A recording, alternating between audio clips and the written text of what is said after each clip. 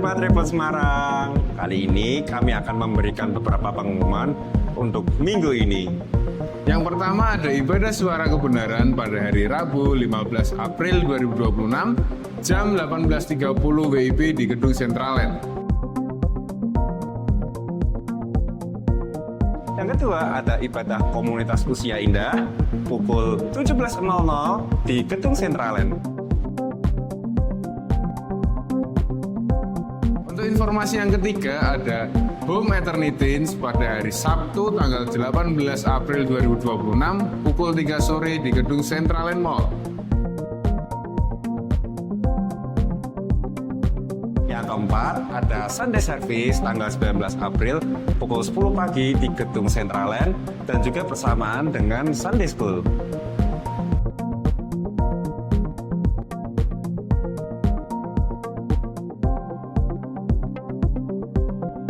Bagi Bapak Ibu yang terpanggil untuk memberikan persembahan, dapat memberikannya di QRIS bawah ini, juga di kotak-kotak persembahan sekitar Bapak Ibu. Bagi jemaat Rehoboth Semarang yang memiliki pertanyaan seputar gereja dapat menghubungi hotline kami yang ada di bawah ini. Jangan lupa untuk ikuti sosial media gereja yang ada di bawah ini.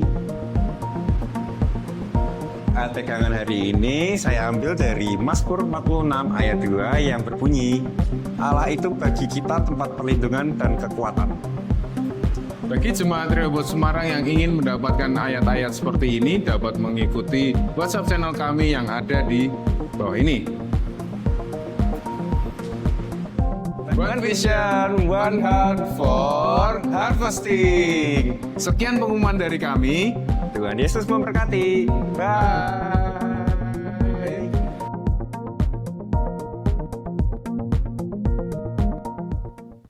Kalau Bapak Ibu mengikuti pengajaran yang saya berikan di gereja ini, saya selalu bidikkan dengan satu hal. Masalah hidup seseorang adalah ketika kau tidak menemukan Tuhan dan tidak ditemukan Tuhan. Betul? Betul. Tapi bagaimana kita mau menemukan Tuhan dan ditemukan Tuhan kalau kita tidak bisa menguasai keadaan hidup kita, hari-hari hidup. Maka lagu tadi, menyenangkanmu, menyenangkanmu, dimanapun dan kapanpun, dalam segala perkara. Stop, ini tidak terjadi. Dimanapun dan kapanpun dalam segala perkara. Buktinya ketika kita punya masalah hidup, kita sedang dibantai dengan dinginnya masalah hidup itu. Akhirnya kita nggak ketemu Tuhan. Kita tidak ditemukan Tuhan juga. Jujur saudaraku. Maka saya coba menelaah lebih dalam lagi.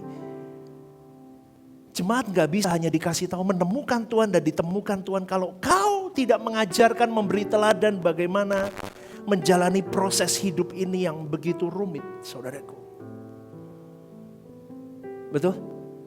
Contoh halnya seperti saya memberikan kepada Anda bagaimana Anda terbang. Sudah terbang aja. Tapi tidak diajari bagaimana cara kamu jatuh bangun untuk bisa Anda terbang. Maka pada pagi hari ini saudaraku, saya mengajak kepada kita semua mengingat apa yang dialami Daud. Mazmur 22 itu adalah Mazmur profetik. Mazmur 22 ayat 1 berkata begini, Allahku, Allahku, Eloi, Eloi, mengapa engkau meninggalkan aku? Itu Daud yang ngomong. Itu profetik seperti Yesus teriakkan di salib itu. Eloi, Eloi, lama sabachthani. Allahku, Allahku, mengapa engkau meninggalkan aku? Kata Daud kepada Elohim Yahweh. Aku berseru tetapi engkau tetap jauh dan tidak menolong aku. Allahku, aku berseru pada waktu siang, tapi engkau tidak menjawab. Dan pada waktu malam tetapi tidak juga aku tenang.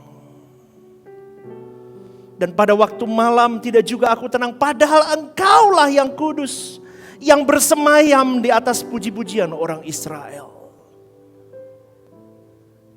Kau kau dan saya pasti pernah mengalami seperti Daud. Mengalami kehidupan yang kau tahu kau harus senengin Tuhan. Kau tahu kau harus menemukan Tuhan. Kau tahu kau harus ditemukan Tuhan. Kau tahu hanya Tuhanlah kebahagiaan hidupmu. Tapi prakteknya susah. Amin Bapak Ibu. Ini fakta hidup. Daud kurang apa duduk dekat kaki Tuhan. Sampai dia buat mazmur di setiap kementokan-kementokan hidupnya. Setiap ada masalah, ada kesalahan, ada dosa yang dia rajut.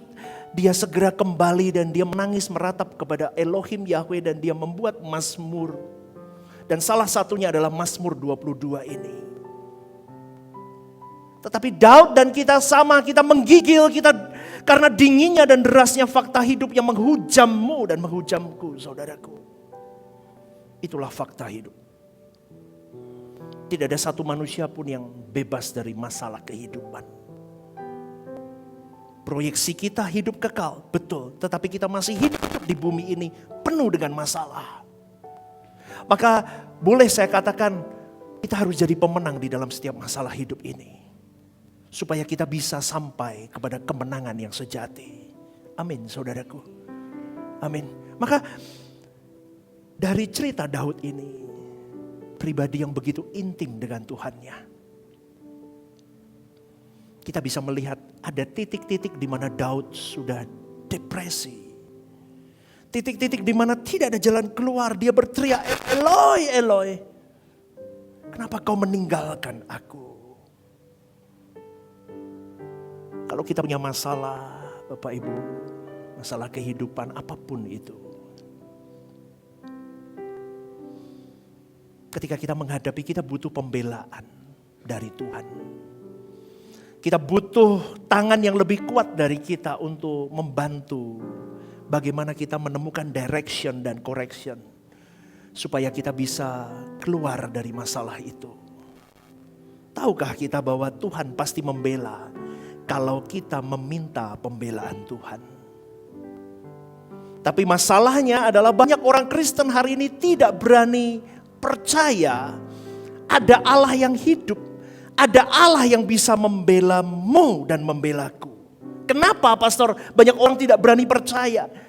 Karena banyak orang tidak tahu bagaimana memenuhi kondisi di mana seseorang layak untuk dibela oleh Tuhan.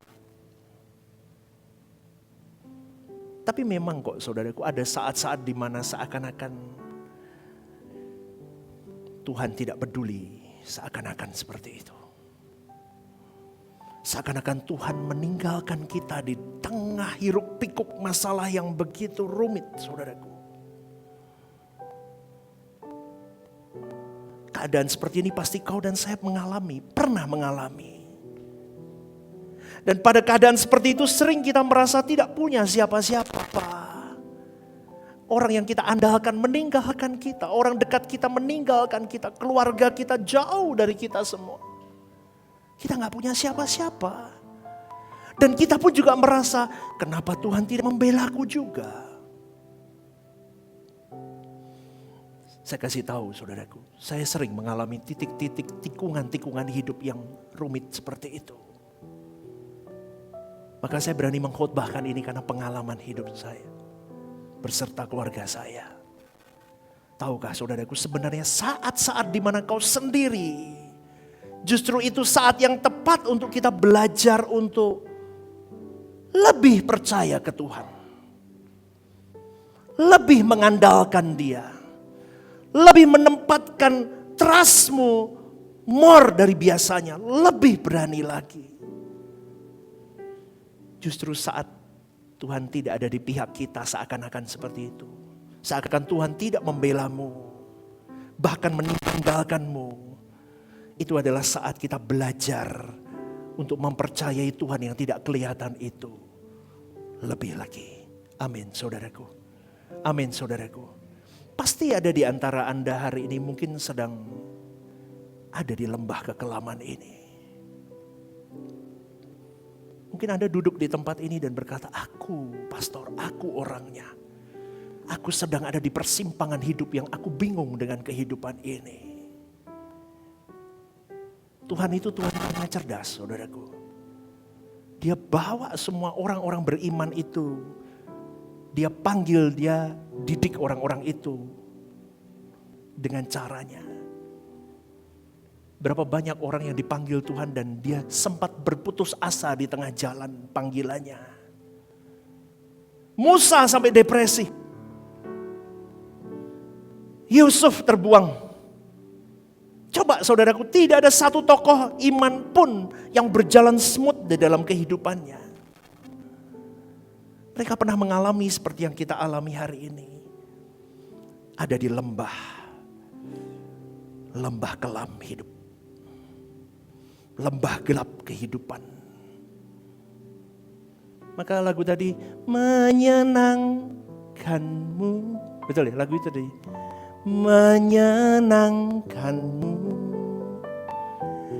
dimanapun dan kapanpun dalam segala perkara.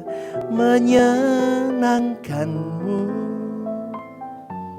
menyenangkanmu. Apa?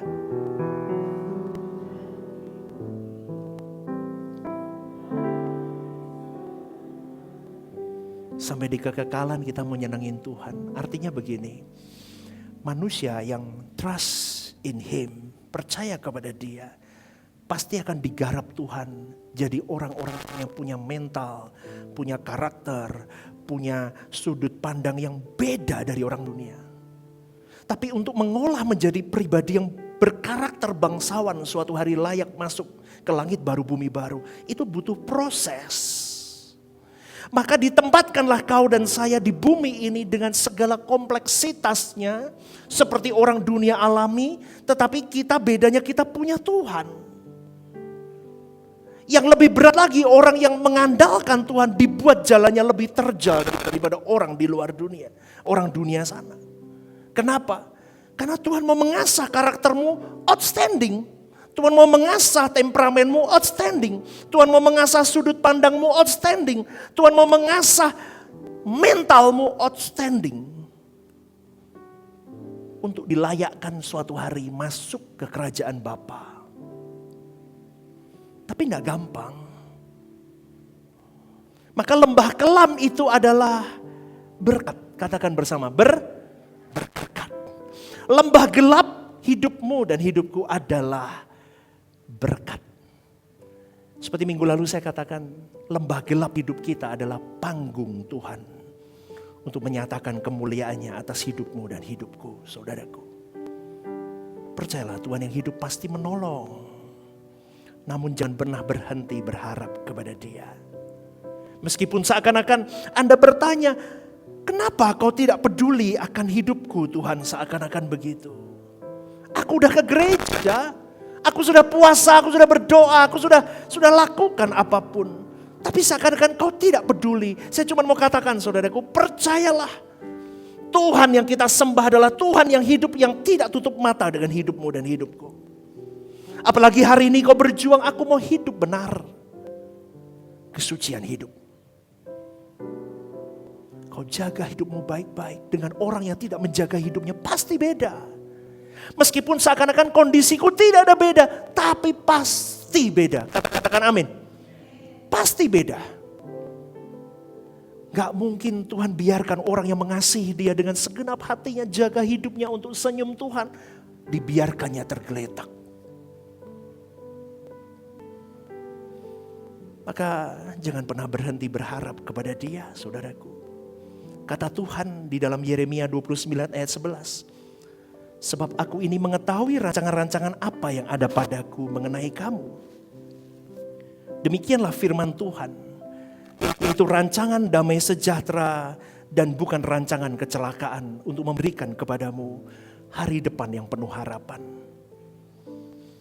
Tidak ada satu hidup manusia yang selesai sebelum Tuhan berkata selesai. Berarti saudaraku, kalau hari ini kau masih diizinkan hidup dengan segala hal keadaan hidupmu, Saya cuma mau katakan dengan kalimat saya. Hidupmu sedang di dalam proses penulisan tangan Tuhan. Amin. Amin. Dia masih menulis. Mungkin kita berkata, aku gagal pastor. Hidupku jorok, kotor selama ini. Puluhan tahun aku berlumur dosa.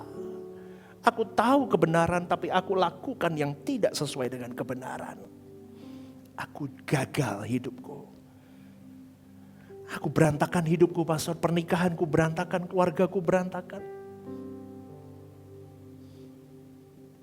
Atau kau mungkin berkata, aku banyak kehilangan. Hidup macam apa seperti ini Tuhan?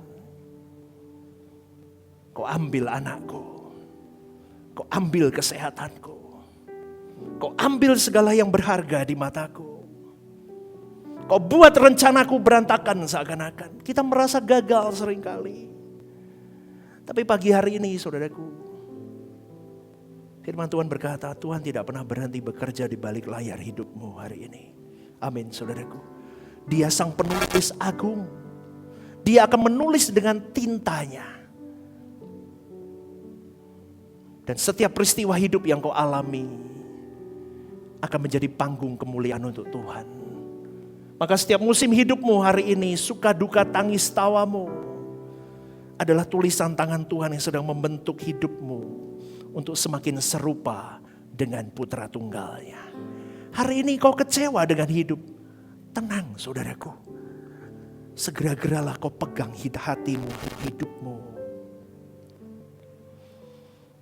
Kau kerahkan hanya untuk Tuhan. Sampai kau bisa berkata, ternyata di balik semua musibah yang terjadi dalam hidupku, ada pelatihan-pelatihan Tuhan yang menguatkan hidupku. Ada satu hal yang mau Tuhan tujukan kepada diriku untuk aku semakin serupa seperti Kristus. Hidup tidak mudah, Kristus pun tidak menjalani hidup yang mudah di bumi ini. 3,5 tahun dia harus menghadapi begitu berat kehidupan pelayanannya. Firman Tuhan hari ini berdasarkan kehidupan saya, saudaraku. Saya pernah bertanya kepada Tuhan, kenapa kau buat pelayananku sulit Tuhan? Bukankah janjimu berkata kau sertai orang-orang yang hidup benar di pemandanganmu? Kau tidak mempermalukan orang-orang yang hidup kudus, suci, tidak bercacat di hadapanmu. Orang yang terus membawa hidupnya duduk dekat kaki Tuhan dan straightforward sesuai dengan maumu. Tapi apa buktinya? Kau memalukan aku dengan banyak hal. Nama baikku diinjak-injak di luar sana. Gerejaku bukan gereja yang mudah pelayanan di tempat ini. Saya pernah ngomong begitu, tapi jangan ditiru. Ini seperti pemazmur ngomong sama bapaknya. Saya pernah ngomong begitu. Why? Why Lord? Tapi itu hebatnya Tuhan. Dalam lirih, dalam batin saya terdalam. Roh Kudus berkata begini. Kalau kau kubuat mudah, kau tidak akan timbul seperti emas. Kalau kau kubuat mudah, kau tidak akan pernah mengalami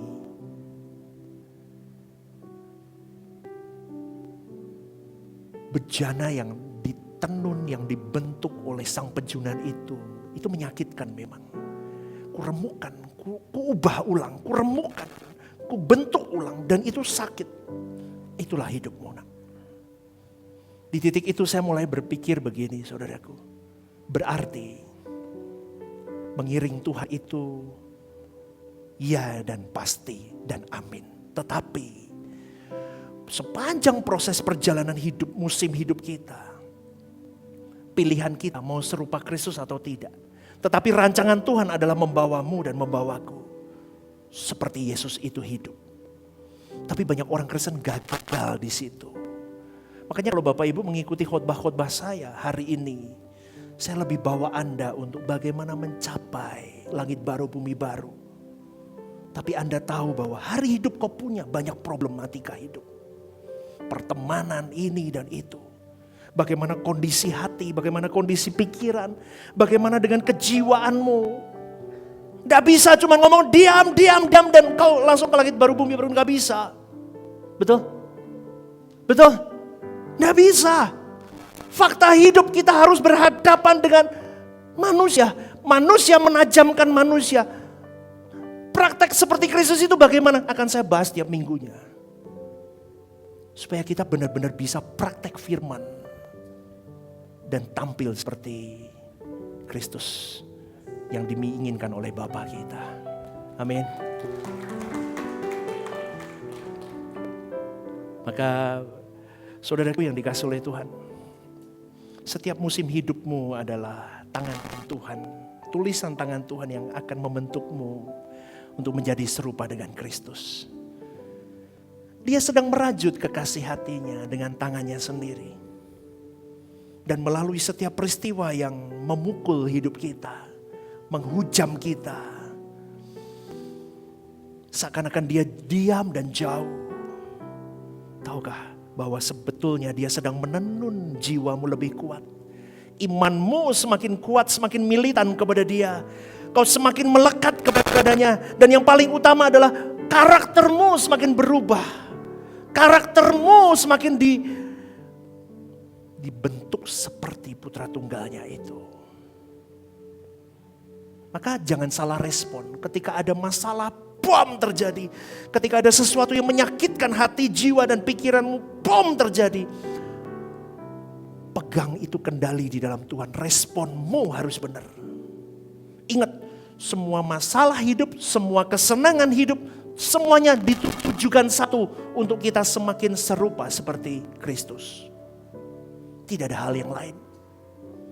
Masalahmu boleh banyak, kesenanganmu boleh berlebih. Semuanya dipegang dengan respon yang benar.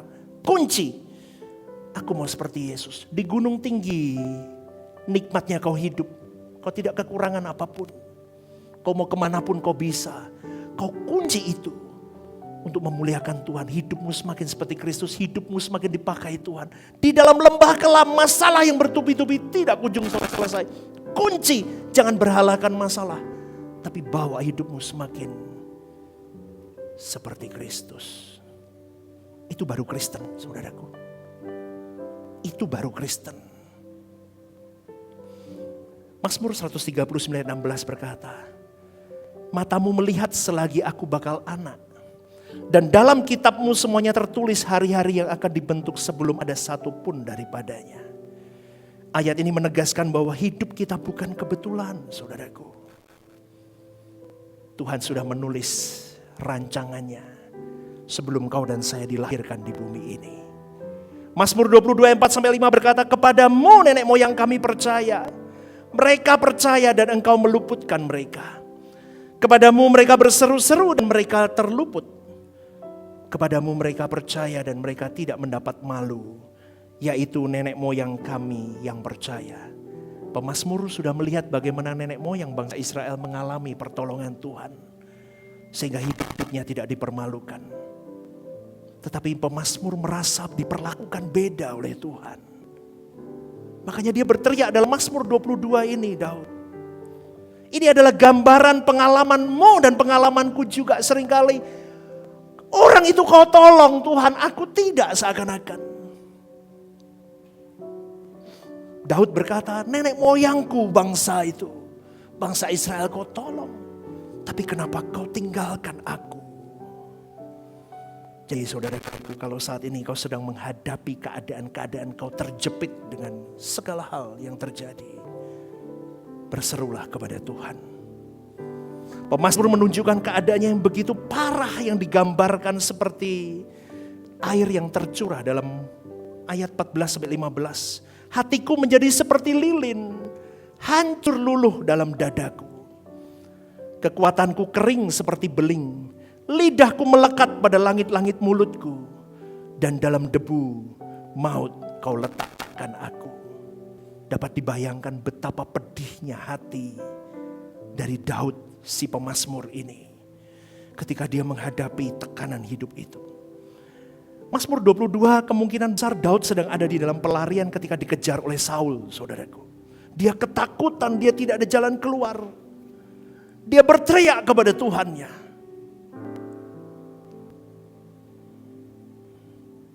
Dari cerita Mazmur ini kita bisa melihat bahwa orang yang percaya kepada Tuhan, kepada Elohim Yahweh, tidak selalu mengalami keadaan yang baik. Anda dan saya pun juga sama. Lalu pemazmur berkata dalam ayat 20 dan 21, tetapi Engkau Tuhan janganlah jauh, ya kekuatanku, segeralah menolong aku. Lepaskan aku dari pedang dan nyawaku dari cengkeraman anjing. Selamatkan aku dari mulut singa dan dari tanduk banteng. Engkau telah menjawab aku. Saudaraku, ada saat di mana Tuhan seperti membuang kita. Tidak peduli, tidak membela.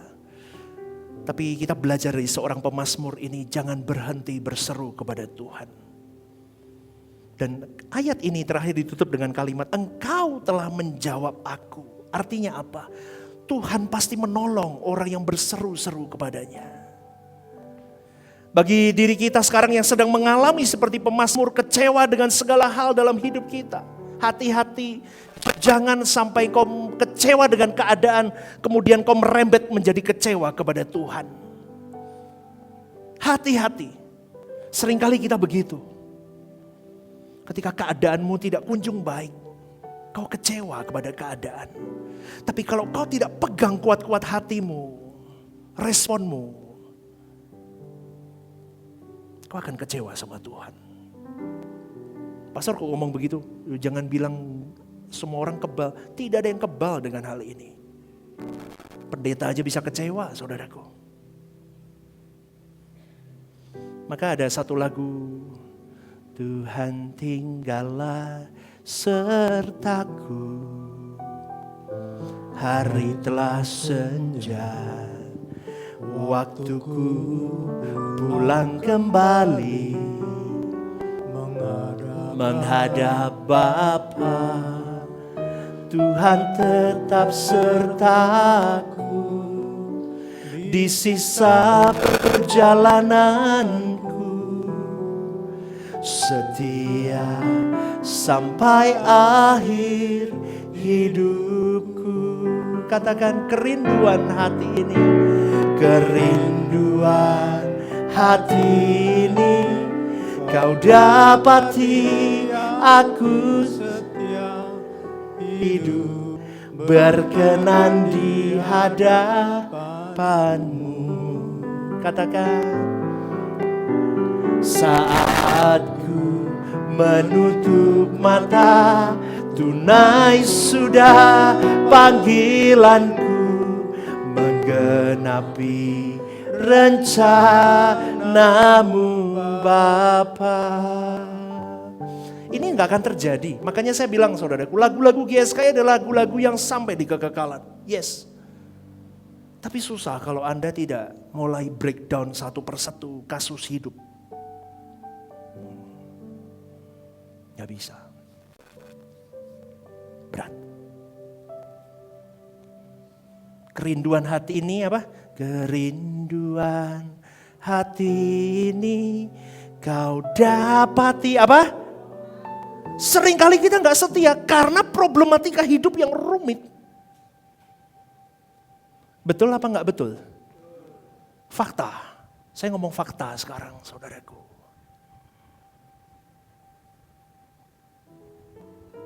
Yesus pun tinggal di bumi ini dengan fakta hidup rumit dia. Paulus pun dengan fakta hidup rumit di pelayanannya.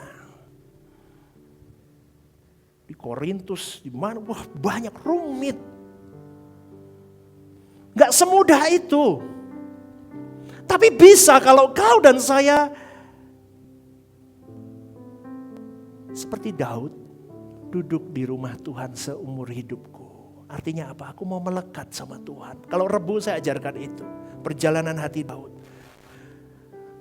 Lihat ya, Daud itu sampai ditandai Tuhan loh. Kristen itu harusnya sampai seperti itu.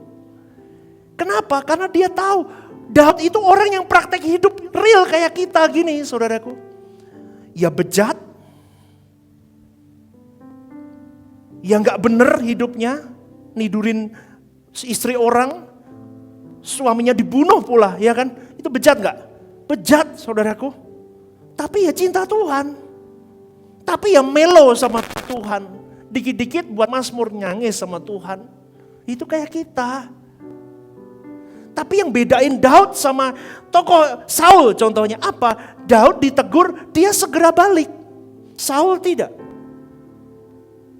Itu yang buat Tuhan terenyuh. Makanya tadi saya ngomong, berserulah kepada Tuhan. Daud berseru.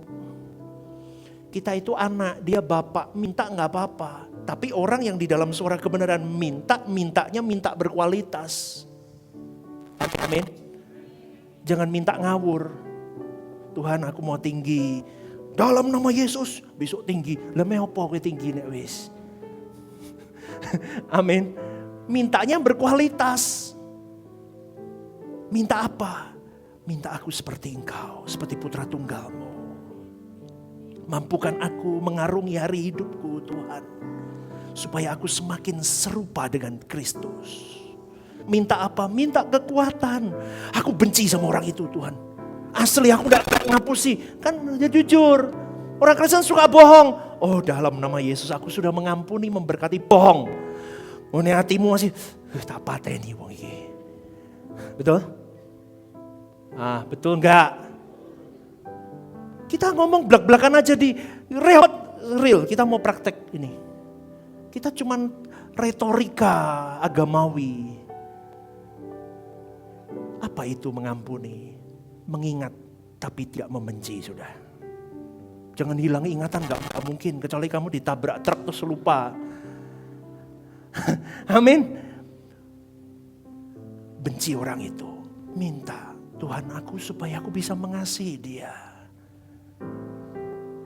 Gak bisa habis doa terus besok gak benci dia, gak bisa. Jadi jangan hakimi saudara-saudaramu yang masih berproses. Saya dulu juga begitu sama istri saya. Jangan. Lama-lama autoimun dia.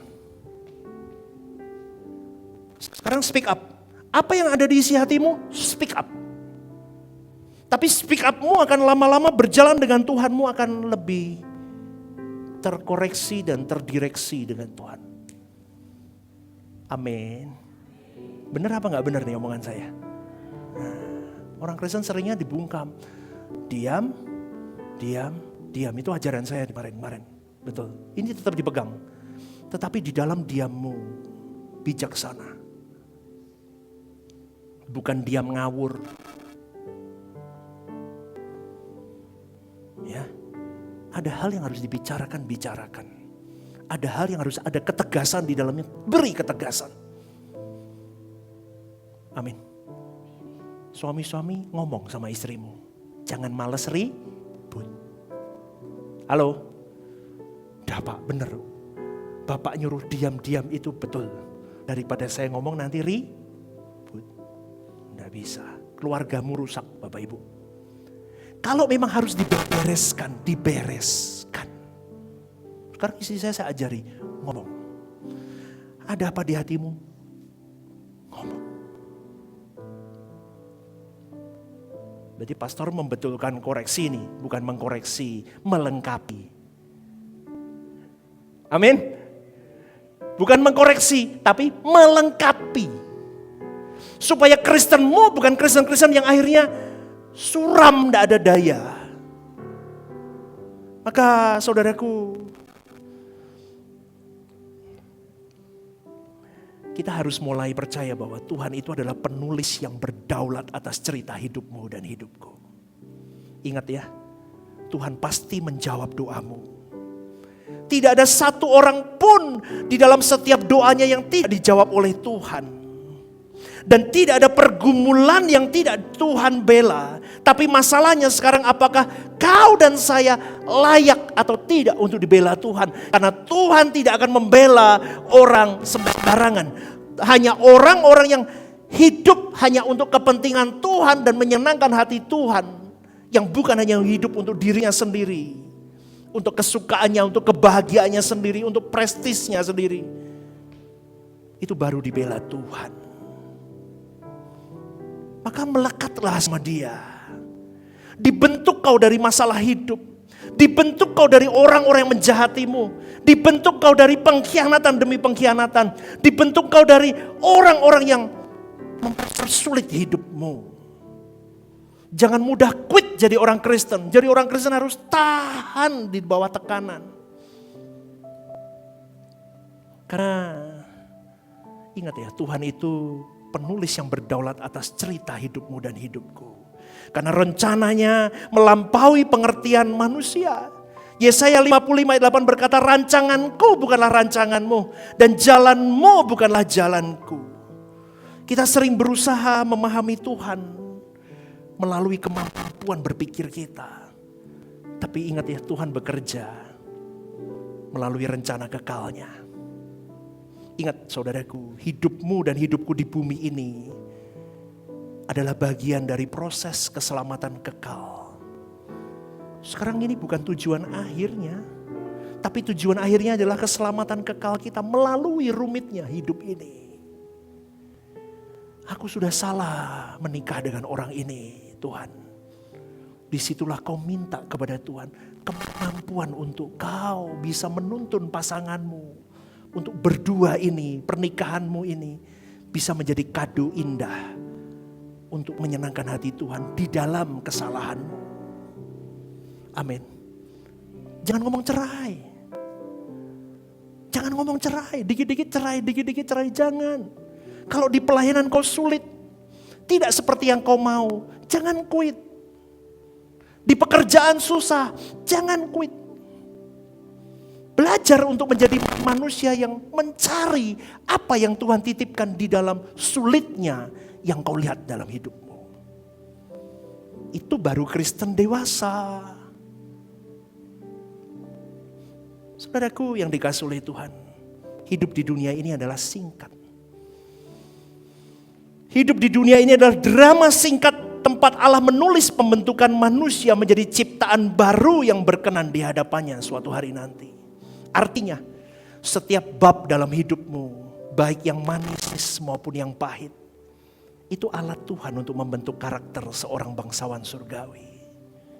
Supaya kau dan saya layak masuk dalam kekekalan melalui setiap proses hidup kita. Saya tahu manusia mudah stres saat tidak mengerti makna penderitaan. Saya pun dulu begitu, saudaraku. Kemarin saya lihat di salah satu sosial media, saudaraku, saya cerita sama istri saya. Ada seorang perempuan di Cina sedang gendong anaknya, masih kecil, sama seorang anak kecil laki, dia anaknya 2. Umur 5 tahun mungkin. Dia jualan itu loh, kayak sosis panggang begitu di pinggir jalan di Cina. Kemudian ada satu influencer datang tanya jawab sama dia. Ini perempuan masih umur 28 tahun. Cantik saudaraku. Ditanya, papanya mana? Papanya pergi meninggalkan kami. Kenapa? Papanya gak kuat. Karena anakku yang gede ini ada masalah jantung.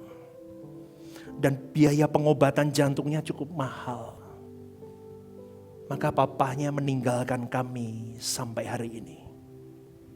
Kemudian influencer itu tiba-tiba tanya, kamu jualan apa? Itu makanan itu satunya 3 yuan ya, 3 yuan atau 6 yuan gak tahu. Saya gak ada orang lain, saya hanya hidup bertiga. Kemudian influencer itu memberikan uang senilai 50.000 kalau gak salah. Berapa duit itu kalau di Indonesia? 150 juta. Perempuan itu menangis dan berterima kasih sama influencer ini. Saya lihat itu, saya nangis saudaraku. Saya sampai ngomong sama Tuhan. Ini kalau orang dalam kebenaran, dia responnya benar. Keadaan hidupnya itu akan membuat dia dan anak-anaknya timbul seperti emas, betul? Betul? Tapi kalau ini orang dunia belum tentu kenal rencana Tuhan yang indah. Dia bisa membenci hidupnya. Dia bisa remuk, anak-anaknya bisa kepahitan dan sebagainya. Maka dari cerita ini saudaraku, saya mau ajak kepada kita semua. Hidupmu dan hidupku mungkin bisa lebih sulit dari perempuan itu. Tapi kalau kau dan saya tahu bahwa apapun yang aku alami hari ini adalah tenunan Tuhan, tulisan Tuhan untuk merajut hidupku. semakin berkarakter bangsawan surgawi. Berarti aku harus menyambut planning Tuhan itu dengan respon yang benar. Setiap keadaanku, kita selalu berkata apa? Tuhan itu baik. Yang kedua, rancangannya tidak pernah buruk atasku. Dan berkata apa? Aku mau seperti Kristus, berjuang seperti Dia berjuang. Supaya apa? Planning besar Allah itu tergenapi dalam hidupku, dalam setiap pora-poranda hidupku. Amin, saudaraku. Amin. Berikan tepuk tangan untuk Tuhan.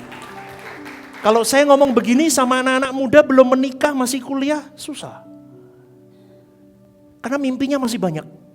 Nanti aku selesai kuliah, gajiku 50 juta, 100 juta, tabunganku banyak. Aku menikah dengan si A, ganteng cowokku nanti kayak siapa? Korea sekarang siapa? Siapa? Lu gak pernah nonton Korea ya di sini ya? Bagus, nontonnya apa? GSKR buat Semarang terus, wah bagus. Sungguh mulia. Siapa sih Korea sekarang yang ganteng siapa? Lee Min Ho. Itu itu. Siapa? Theo. Kamu Teh. ya siapapun itulah. Wah mimpinya begitu. Tapi nanti lihat. Nanti Anda sebelum menikah ya. Menikah. Nanti Anda baru lihat fakta hidup. Menikah, masih baru-baru menikah. Mimpinya banyak. Nanti jalan hidup. Betul gak? Kita yang sudah uzur begini, tahu gak Bapak Ibu? Fakta hidup. Real. Gak mudah hidup. Mimpi punya anak, punya masalah lagi. Betul. Tapi itu semua dikelola. Itu rajutan tulisan tangan Tuhan supaya engkau dan saya meresponi. Kepingin punya anak begini. Punya menantu, modelnya begitu pula menantuku. Kalau ceritanya itu kan bisa rukun, ternyata gak rukun. Lah itu Tuhan utus. Bagaimana kamu jadi seorang mama mertua. Yang di dalam hikmat Tuhan, di dalam perkenanan Tuhan, di dalam spirit of excellence untuk kau bijaksana. Membantu keluargamu yang susah itu. Jangan jadi mama cerai lah wis. Cerai. Cari perempuan lain. Itu saya temukan banyak loh saudaraku. Saya sampai ngomong loh, kok gitu? Gak bisa pastor. Itu memang percuma kok. Gini loh. Namanya anak disupport orang tua. Merasa kuat gak? Halo? Langsung gak? Langsung yang dulunya dia mungkin bener gak ya Tuhan aku cerai. Tapi ketika mamanya ngomong cerai aja. Kayak disupport langsung. Yes cerai. Anda berdosa saudaraku. Ini yang saya katakan dalam hari hidup. Kita harus benar-benar mendekatkan diri kepada Tuhan. Kita percaya Tuhan itu ada. Kita percaya Tuhan menjawab doamu. Tapi ingat, kau pun harus terus melekatkan dirimu. Supaya kau dapat hikmat, dapat pengenalan akan Dia. Sehingga hidupmu benar-benar kuat, tahan berdiri. Dan kau berani berkata untuk hidup tetap harus benar di dalam kerumitan semua hidup ini. Karena aku percaya, aku tidak sembarangan dilahirkan di bumi ini. Karena Tuhan menulis hidupku dan hidupmu dengan tujuan kekal. Allah turut bekerja dalam segala hal. Untuk mendatangkan kebaikan bagi orang yang mengasihi Dia. Kata kebaikan ini bukan hanya sekedar kau sukses di bumi ini. Tapi proses pembentukan karakter ilahimu. Jadi Tuhan tidak sedang menulis cerita untuk membuat dirimu nyaman di bumi ini. Tetapi membuatmu serupa dengan Yesus. Katakan amin saudaraku. Dengan segala hal yang terjadi. Kalau Allah mengizinkan kita melalui lembah air mata hari ini. Itu bukan berarti Dia kejam. Tetapi Dia sedang menyempurnakan rancangannya dalam dirimu dan diriku. Supaya kau dan saya sampai pada kualitas hidup seorang manusia yang diperkenankan oleh Allah. Tetapi ketika kau merasa cerita hidupmu buruk hari ini. Ingat, Tuhan tidak pernah menulis cerita hidupmu asal-asalan. Kalau kita ingat cerita Yusuf Dari anak kesayangan dibuang jadi budak. Difitnah, dipenjara seolah hidupnya berakhir. Tapi dalam setiap bab kelam yang kita lihat dari pribadi Yusuf, itu adalah pena Tuhan yang sedang menyiapkan bab-bab kemuliaan hidup Yusuf. Itu terjadi dalam hidupmu dan hidupku juga. Karena dalam Kejadian 50 ayat 20 berkata, kamu mereka-rekakan yang jahat terhadap aku, tetapi Allah mereka-rekakan untuk kebaikan. Kisah Yusuf adalah proses penyempurnaan karakter Yusuf. Ceritamu dan ceritaku hidup ya sama. Dibuang, dijual, difitnah. Wah, ngeri saudaraku. Tapi ingat ya, Allah tidak mengangkat seorang yang belum karakter. Gini, Allah tidak akan mengangkat seseorang sebelum karakter ilahinya terbentuk melalui tekanan hidup, penderitaan hidup, dan ujian kesetiaan. Amin saudaraku. Setiap lukamu bukan kehancuran, tetapi adalah tulisan kasih Allah yang tersembunyi. Jadi orang Kristen harus bisa mencari yang tersembunyi itu. Dan ketika rasanya halaman hidupmu terlihat rusak. Ingat, banyak orang berpikir, aku terlalu buruk pastor. Dengan masa laluku yang bobrok itu menghapus rencana Tuhan. Kalau orang model begitu akan semakin terhilang dan habis hidupnya. Tapi ingat, Tuhan itu adalah editor yang maha sempurna dalam hidupmu. Dia bisa menghapus masa kelammu menjadi bagian yang paling indah dari kisah hidupmu. Aminkan ini. Amin saudaraku. Dia bisa menebus halaman kelammu di masa lalumu. Kau mau sebrengsek apapun kau hidup, sebejat apapun kau, Dia bisa pakai masa kelammu itu menjadi bagian yang paling indah di dalam kisah hidupmu. Manusia yang pernah jatuh tetapi bangkit dan sungguh bertobat justru akan memiliki kualitas karakter yang lebih murni. Karena dia belajar dari yang namanya kasih karunia dan pengampunan. Dia menghargai hal itu. Ingat saudaraku, sabarlah dengan cerita hidupmu. Banyak orang gak sabar, kenapa aku berpuluh tahun aku dalam lembah sulit. Penderitaanku tidak kunjung usai. Sabar.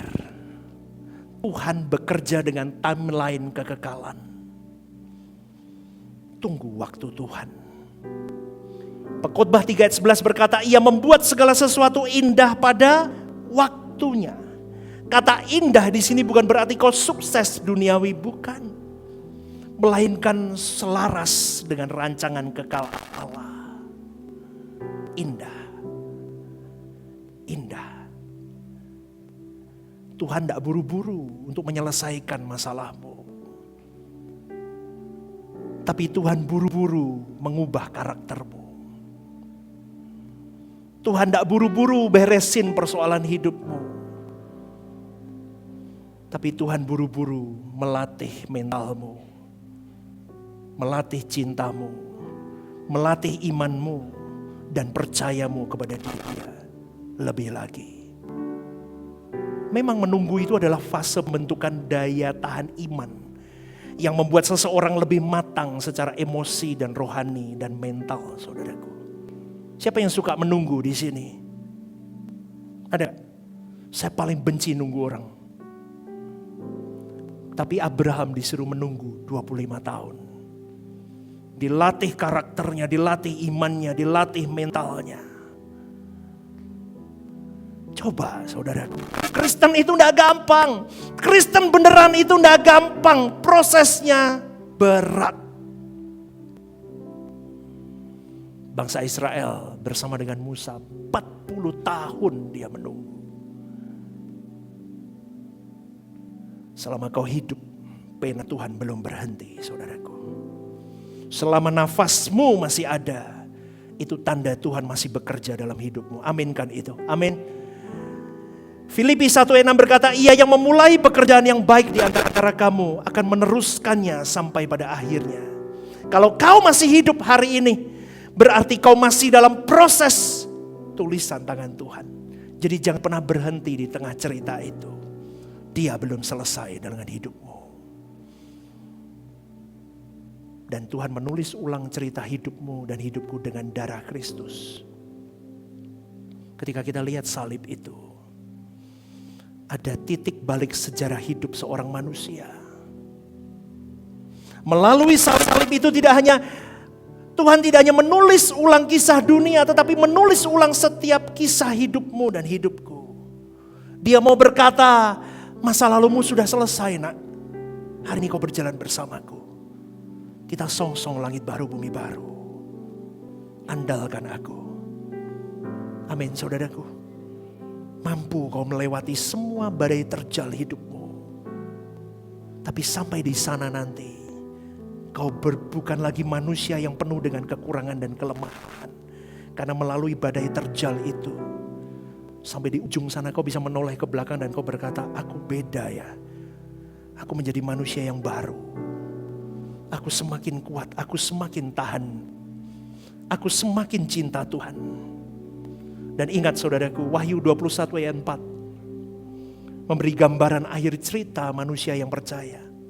Kalimatnya begini, dan ia akan menghapus segala air mata dari mata mereka, dan maut tidak akan ada lagi.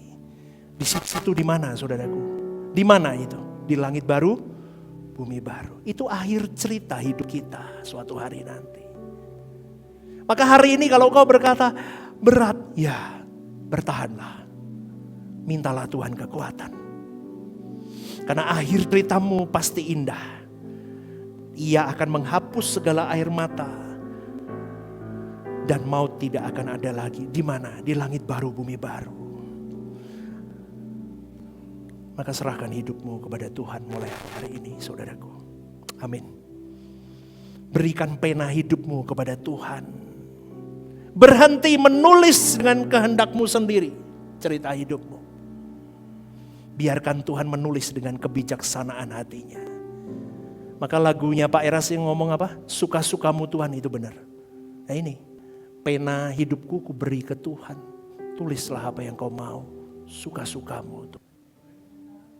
Menyenangkanmu, senangkanmu.